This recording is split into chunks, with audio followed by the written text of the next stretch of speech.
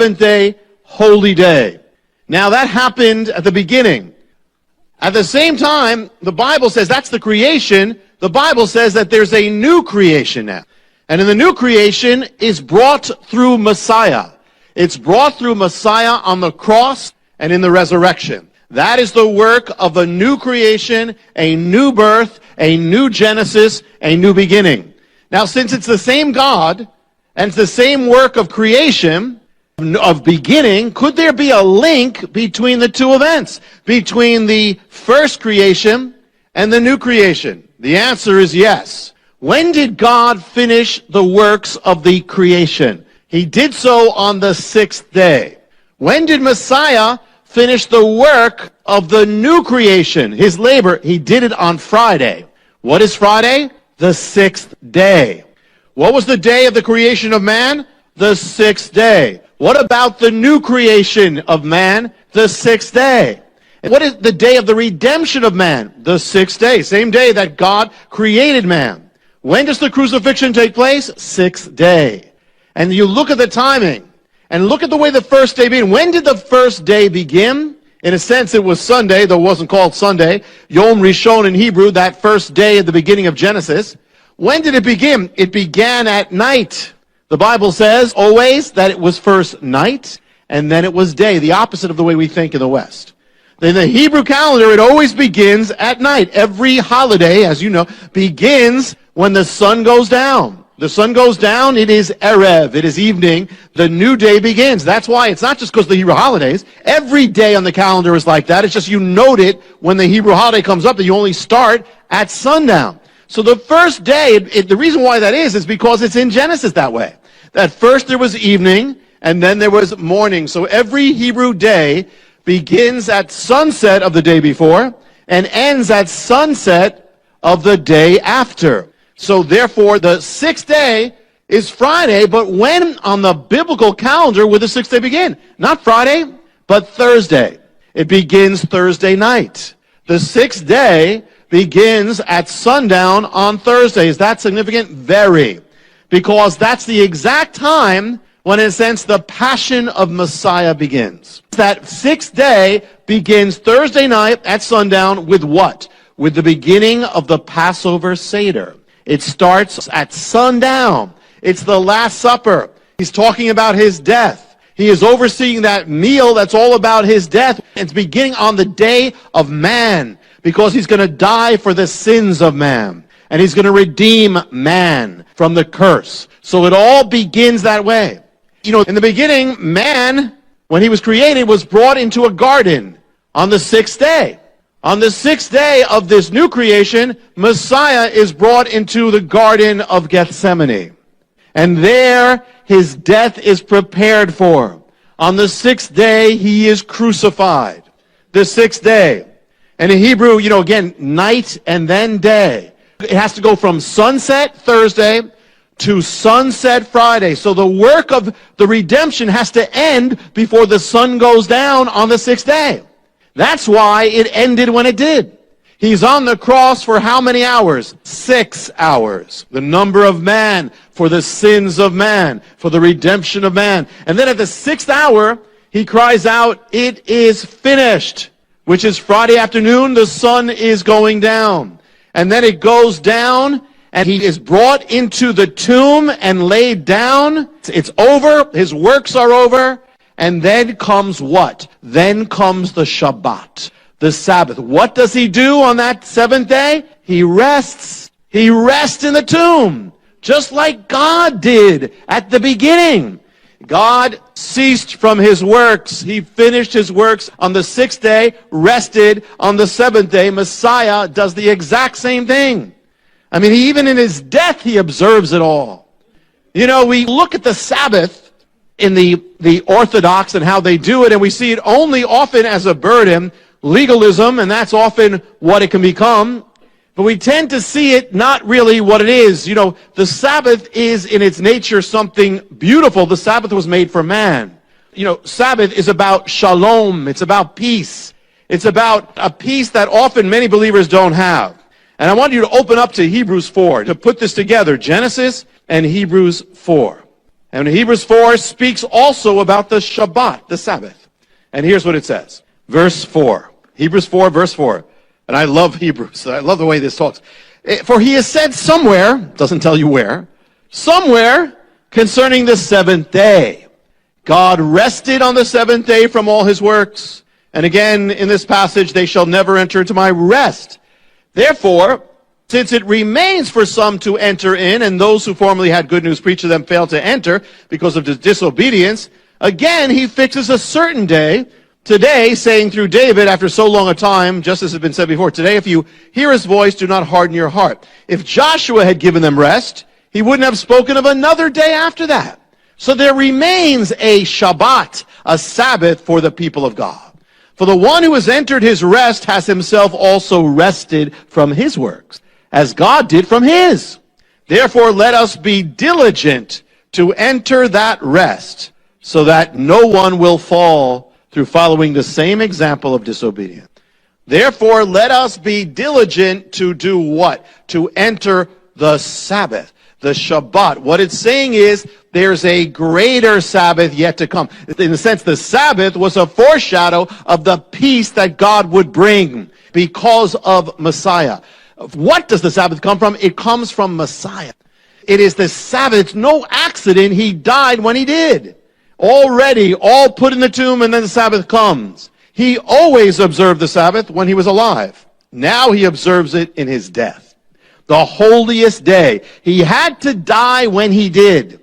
His labor had to be over because you don't work on the Sabbath. He said, the Son of Man is the Adon HaShabbat. He is the Lord of the Sabbath. The Sabbath is the day, the state of being that represents the peace of God, the shalom of God, the state of completion and rest and blessing. That's what it's about. And Messiah is Lord over that.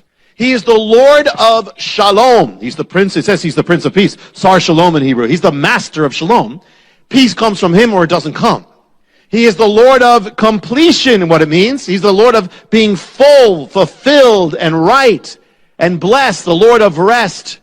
In Messiah, you are to enter that place, this divine Shabbat, Sabbath of God. But how?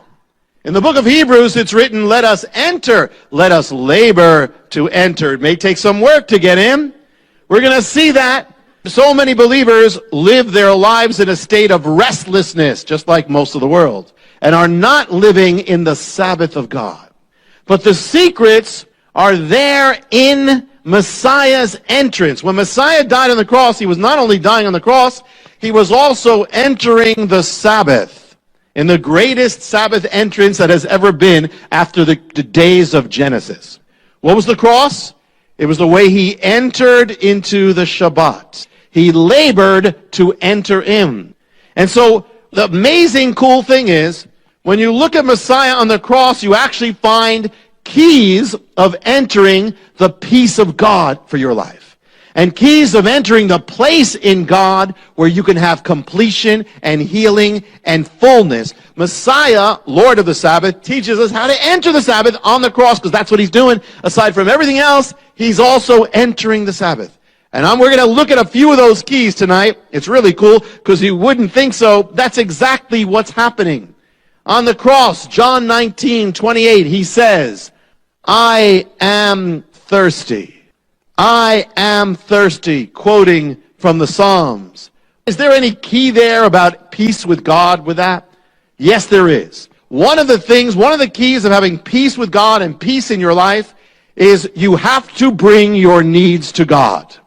Whatever that is, as much as you don't, you're in trouble. And you'll never be at peace. As much as you pretend you don't have a need, you will never have peace with God. You know, as much as you try to fulfill your own need, you will never have peace with God. As much as you keep two worlds apart, hey, you know, at home I'm one way, I'm here and I'm pretending everything's fine in my life, and yet I have a real need. If you don't bring that to God, you're not going to have peace. You have a need for people to accept you. Listen, we know that's not the end. We shouldn't be there at the end. But if you have the need, don't pretend you don't have it. Bring it to God. You know, whatever the need is, you're lonely, bring it to God.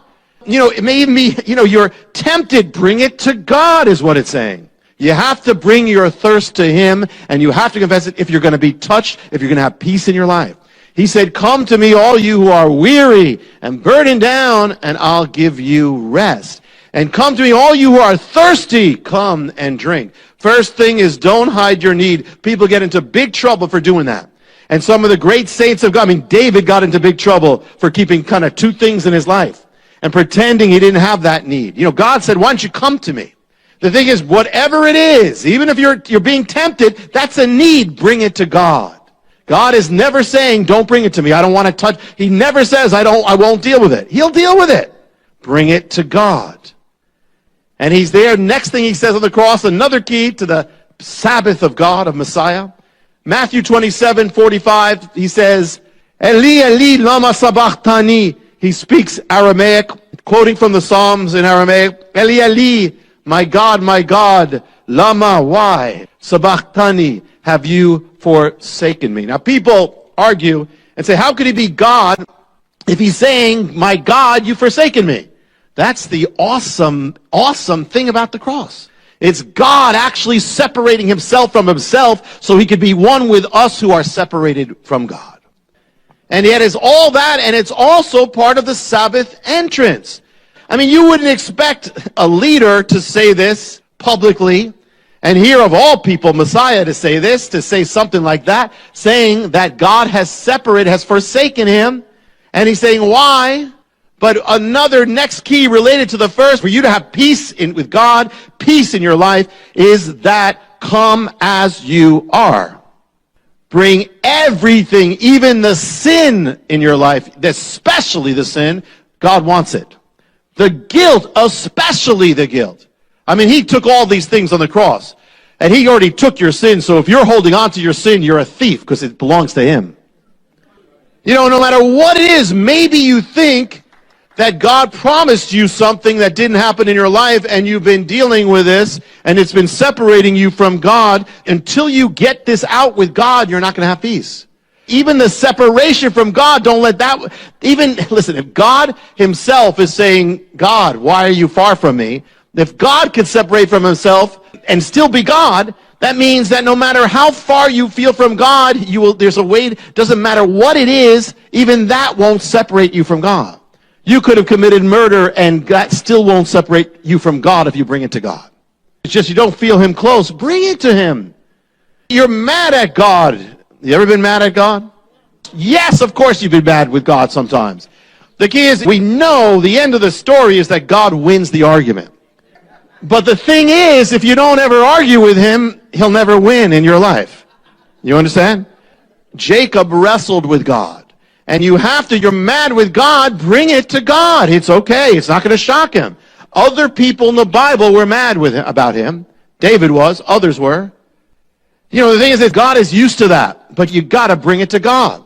And at times you might even say, listen, I don't feel like, I remember a time when we were waiting, hoping for a particular building that fell through early on, and we had no other building. And I remember that day when it fell through after a year, I said, God, I'm just not happy with you today. And I don't feel like talking to you today. But I was telling him that I didn't feel like talking to him. It was okay if you don't feel like talking to him as long as you tell him about it. What happened was, God then did the biggest miracle. The next day, he got us the building. But I had to get to that point. If I just didn't deal with it, not it. Lama, he says, why, God? Which means we don't have to understand everything, but still bring it to him. Why, God? I don't understand, but I don't have to understand everything, but this is what I'm feeling. Come as you are. No matter how distant you are from God, he's there with you, also knowing what it is to be distant from God. Even in that. Eli, Eli, lama sabachthani. Even then, my God, you're still my God, even though I don't understand what you're doing. Messiah's word on the cross. One of the things he says on the cross in John 19:28, woman, behold your son. Behold, man, behold your mother. What's this about? Some people say in the Catholic Church, there are those, that means Mary's your mother. Well, then it would mean that John's our son, but that doesn't go. He's saying something because he's leaving the world. He's going to be gone. How do you enter the Shabbat of God? He's tying up the loose ends. why you may not have peace is there are loose ends in your life that you never tied up. And you never tied it up with God. Maybe unfinished business you never did. Maybe something with your parents. Maybe something with another. Maybe you wronged somebody and you never asked forgiveness. You never made it right. Well, part of entering the Sabbath is this. He's finishing up. You know, you can relate to this. You're going on vacation and it takes you like days to finish up in order to go on vacation. And it takes a lot of work to go on vacation. You know, there are times I remember, I don't know if the vacation was worth it, how much it took to get to that vacation and finish up. But if I didn't finish it up, I could never go. If you want to enter God's rest, then if there's unfinished business, you need to bring it to God and finish it up. You know, Zacchaeus, when he was saved, he didn't say, okay, I'm saved, so forget about everybody else. He said, okay, I'm going to go back to everybody, and I'm going to give them 4 times as much as I ripped them off for. He was tying it up. This was a man who undoubtedly had peace. You ever leave home and you're thinking, wait, there's something I left on, or there's something there. Something not, I left the light on. I left the oven on. I left the mixer. I left the machine on. I left the lawnmower on. And there's something there and you don't have peace because there's something unfinished. Maybe right now you have something at home and you have no peace. You can't have rest and peace until you can say goodbye, finish it up, wrap it up. If there's something in your life, wrap it up. Something gnawing on you, wrap it up. Some guilt, some shame, wrap it up with God. It's His. Messiah on the cross in Luke 23:34, He said the most awesome words, Father, forgive them, for they know not what they do. Here He is bleeding to death. They're killing Him wrongly. Hating Him, mocking Him, degrading Him, despising Him. And what does He do? He asked for forgiveness for them. He's forgiving them. He didn't die with any grudges. He has forgiveness on those who are crucifying Him and making Him bleed to death and mocking Him as He does. But what's He doing? He's entering the Shabbat, which teaches us something very important. How do you find peace in your life? You are not going to have peace if you don't forgive. You must forgive for your own sake, for their sake, for your sake. And some of you, and in the Lord, you still hold grudges, and as much as you do, you don't enter the kingdom, you don't enter the peace of God. You have grudges, you're frustrated all the time, you're angry all the time, you are defrauding yourself of the peace of God. You're never going to have it until you let go of it. The ministry, or you can have just the Mysteries Volume 13, which is those 9 DVD set for a donation of $55 to the ministry. This is probably one of the most amazing offers of video and audio, and the things that are written as well, his books. So order that right now. We'll be right back after this special message, and we're going to talk about the mystery of the ghost kingdom. So don't go away. We will be right back after this special message. When you need a portable emergency power system that is ready at a moment's notice, the fuelless generator is exactly what you're looking for. If I thought an EMP bomb was coming, or if I thought there was going to be a big storm or a big problem, I would want one of these in my house. Something is going to happen in 2015 that is going to change how we view our system, how we view life. And when that something happens, you're not going to be able to get a fuelless generator. It's going to be impossible to get a generator. I'm really enthralled with this device. It's an elegant technology. With every storm we've had this winter, I just pull the thing out, I set it up in the living room, I run some extension cords into other rooms. I even ran my 60-inch television off it. Call 1-888-988-1588 or write to Jim at P.O. Box 7330, Branson, Missouri 65615. It's such an incredible offer. For example, this is for a donation of $2,500 to the ministry. And the unit just by itself is a retail value of $2,500, but you're also going to get a solar panel, which is a retail of $500, then the 20-foot extension cord, and that retails for over $50, and then the crane, which is a retail of over $200. So it's an absolutely incredible savings. A lot of people ask me to endorse stuff and all that. This is the only thing I have been endorsing like this. I fully believe in this product. Wow. But can you imagine in the pitch darkness that you have light?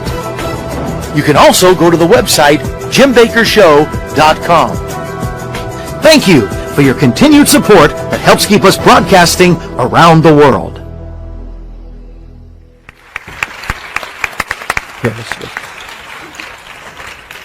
Rabbi, one of the messages in your new series, the Mystery Volume 13, is the mystery of the ghost kingdom. That really intrigues me also. You have some real mysteries there. Sound like Hardy Boy books to me, you know. Mm-hmm. So the mystery of the ghost kingdom. Yeah. What does that mean? Well, this is linked to Daniel. Let me start this way. When I was growing up, there was a movie called "It's a Mad, Mad, Mad, Mad, Mad World." Oh yeah, and it was very funny. I saw that one when I was a kid. At one point, they're looking for this treasure. Some of you, and they're looking for, and they say it's under the Big W. And they're walking around this park looking for it. They're going all around, and right there, it's in front. But it's so big they don't see it. I mean, it's right there in their faces, but they don't see it. Well, this is a prophetic. I want to share a prophetic end-time mystery that is like that Big W. In other words, it is so big, and it's right there, and we, for the most part, have not seen it. This is going to be kind of a whole new take on it. And beginning with Daniel 2. Daniel sees the statue of the kingdoms that represent the four great empires of the world. The last one being the fourth one is the Roman. It's the final form. It's going to be the end time kingdom as well. So he sees all that there. Now this is what he says about that fourth kingdom. Daniel 2 says this, verse 33. His legs were of iron, his feet part of iron and part of clay. So the Roman Empire is represented by the legs and then the feet. And then verse 40 says this, the fourth kingdom shall be as iron breaks in pieces and subdues everything, all things. As iron breaks all these things, it will break in pieces and bruise. And where you saw the feet and the toes, part of the potter's clay and part iron, the kingdom shall be divided.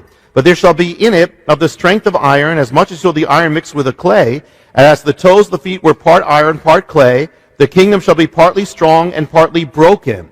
And where you saw iron mixed with the miry clay, they shall mingle themselves with the seed of men, but shall not cleave to one another, even as iron is not mixed with clay. All right. Rome. The traditional view of prophecy is this. Rome was the ancient kingdom. It fell in ancient times, long gone. We're waiting for when it will reappear. Now, that is true. That is true. Much can be said, but there's a whole nother realm of this that is true that I believe we've missed. In fact, the fourth empire is already here. And let me share this. Here's the key. First key is the legs are divided. It's a divided, and then the toes, it says it's a divided kingdom, divided empire. And so it is divided in clay, iron, divided with the legs, divided there. It's an empire of division or duality. Two things, Rome, iron and clay. Rome was made up of the Romans, was also made up of peoples from all nations. Rome was divided literally into east and west. It became the Eastern Empire and the Western Empire. Rome is also divided in time. It stood then in ancient times. It will stand again in the end times, solidified. So it's a divided essence is what we see here. What if the fourth empire, Rome, didn't end, still exists in a different form? It will exist in a solid form at the end, but what if iron breaks into pieces, but clay, it says, is broken? So it breaks, but it breaks other things, but it also gets broken, and by doing that, it subdues the world. What is that? There are different ways of subduing the world. What if the Roman Empire, by actually breaking, has been part of subduing the world? Rome is gone, or is it? The picture we have is Rome falling in 476 AD. The Germanic tribes come in, wipe it out. But what people don't know, by that time, Rome was already made up, the army was already made up of Germanic tribes of Rome. Much did not change when that happened. In fact, they even have a hard time making a real date of if it ended. It actually, the barbarians, who we say took over, continue to recognize the Roman Empire and said they are under the Roman Empire. Medieval civilization, Middle Ages, feudalism, was actually a carryover of Rome. It was just Rome breaking apart. It was the same thing. The language of Europe then was Latin, which is the language of the Roman Empire. Did not stop. 800 AD, Charlemagne is crowned emperor of the Romans. This is long after Rome was supposed to be gone.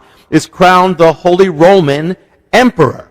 Rome will remain the center of civilization for over 1,000 years. Most of us learned in school about what we call the Renaissance. What's the Renaissance? The Renaissance is the rebirth of what? It's the rebirth of Roman culture. It was all about Rome culture infusing everything.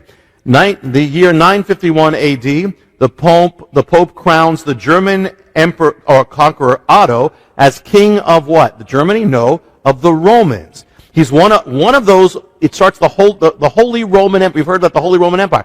This is a continuation of Rome is happening, and one of those Holy Roman empires is called Charles V. One of his little piece of land was part of America. Now, America under this emperor of Rome.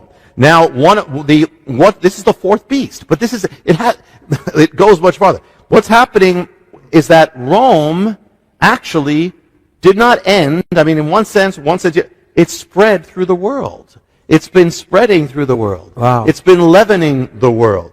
You can travel the world and look at capitals of the world, and all over you'll find their buildings are made to represent Rome.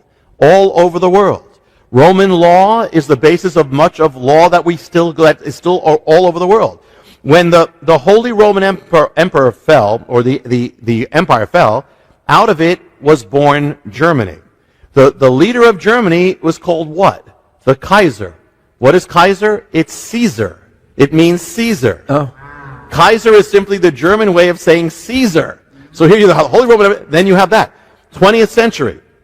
The century of fascism, totalitarianism. Where does that begin? Begins with Mussolini. What was he trying to do? What was it? It was the revival of Rome. Hitler followed it for Nazi Germany. Where do you get the word fascism from? The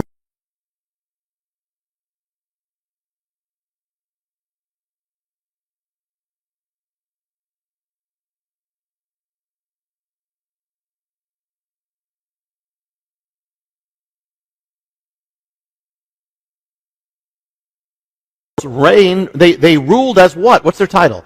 Pontifex Maximus. What's that title? That was the title of the Caesar of Rome. The emperor of Rome was the Pontifex Maximus. They took that from the same leader of Rome. The diocese, that's how Rome divided up Rome into dioceses. Well, through the Catholic Church, it divided up, the world has been divided up as the Roman Empire. I'm not saying people in the Catholic Church know this or that's the point, but this is all the same, the continuation of the same thing. What language? Latin. From Rome comes the idea of the global state. The fourth kingdom, actually from the pieces of the fourth kingdom, which became France, Spain, England, and others, they colonized the entire world. The entire world, in other words, Rome broke up into France, England, and they each became an empire that subdued the entire world. I mean, you have the Spanish Empire, the French Empire, the British Empire. The British Empire, just one little piece of Rome, subdued 1/4 of the entire world. Some say 1/3 of the world. In other words, Rome has already been spreading and has been subduing culture, has been changing culture. One of the colonies from that little fragment of Rome is America. Colony, even the word comes from Rome. Our building, you go to Washington, D.C., and you'll see, look at the buildings there. The Capitol building is modeled after the Roman Pantheon.